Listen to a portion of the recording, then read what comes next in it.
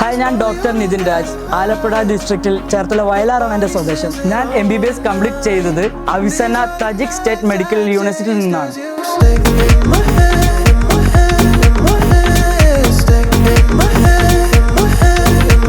എൻ്റെ യൂണിവേഴ്സിറ്റിയെ പറ്റി പറയുകയാണെങ്കിൽ കേരളത്തിൽ നിന്ന് ഏറ്റവും കൂടുതൽ MBBS സ്റ്റുഡൻസ് പഠിക്കുന്നത് എൻ്റെ യൂണിവേഴ്സിറ്റിയിൽ നിന്നാണ്.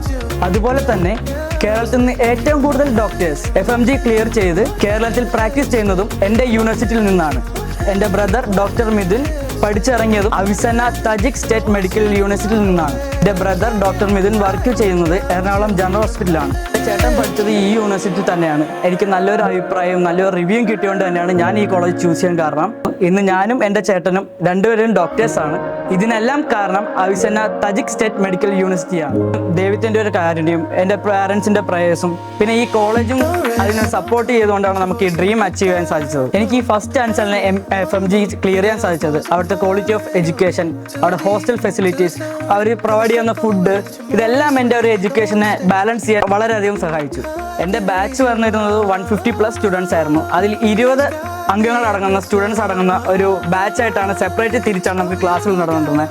ഓരോ സ്റ്റുഡൻസിനും ടീച്ചറിൻ്റെ പ്രയോറിറ്റി കിട്ടുമായിരുന്നു. അതായത് ഓരോ സ്റ്റുഡൻസും ടീച്ചർ അടുത്തടുത്ത് വന്ന ഓരോ ലെക്ചേഴ്സും ഓരോ കഡാവറിക് പൊസിഷൻസും അതെന്ത് അനാട്ടമിയിൽ എന്ത് ഓർഗനാണെന്ന് എല്ലാം പ്രോപ്പറായുള്ള ടീച്ചിങ് ഫെസിലിറ്റീസാണ് നമുക്ക് അവിടെ കിട്ടിയത്.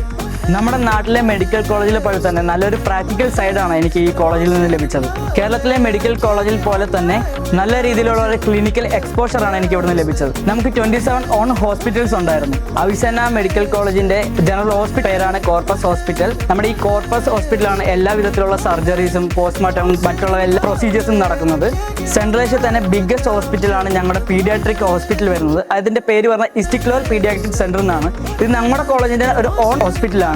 അവിടെ തന്നെ മറ്റുള്ള കോളേജിൽ നിന്നുള്ള പ്രാക്ടിക്കൽസും അവർക്ക് വേണ്ട ക്ലാസ്സുകളും നൽകുന്നത് നമ്മുടെ ഈ ഓൺ ഹോസ്പിറ്റൽ ഇസ്റ്റിക്ലോറിൽ തന്നെയാണ്. ഞങ്ങളുടെ ഗൈനക്കോളജി ഹോസ്പിറ്റലിന്റെ പേരാണ് ഷിഫോ ബക്ഷ.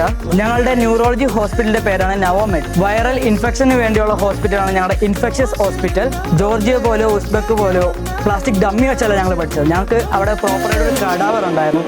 അതിന് ക്ലിനിക്കൽ എക്സ്പോഷേഴ്സ് ഉണ്ടായിരുന്നു, ഡൈസെക്ഷൻ ഹോൾസ് ഉണ്ടായിരുന്നു.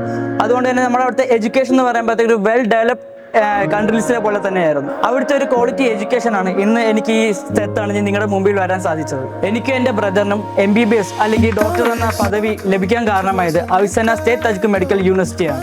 അതിനെല്ലാം നിമിത്തമായത് ഹാർവാസ്റ്റ് എബ്രോഡ് സ്റ്റഡീസും അതിൻ്റെ മാനേജിംഗ് ഡയറക്ടറായ Avinash Chacko സാറുമാണ്.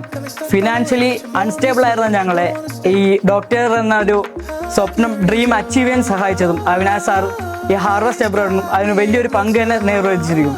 Thanks to Harvest and thanks to Avinash sir. Thanks a lot.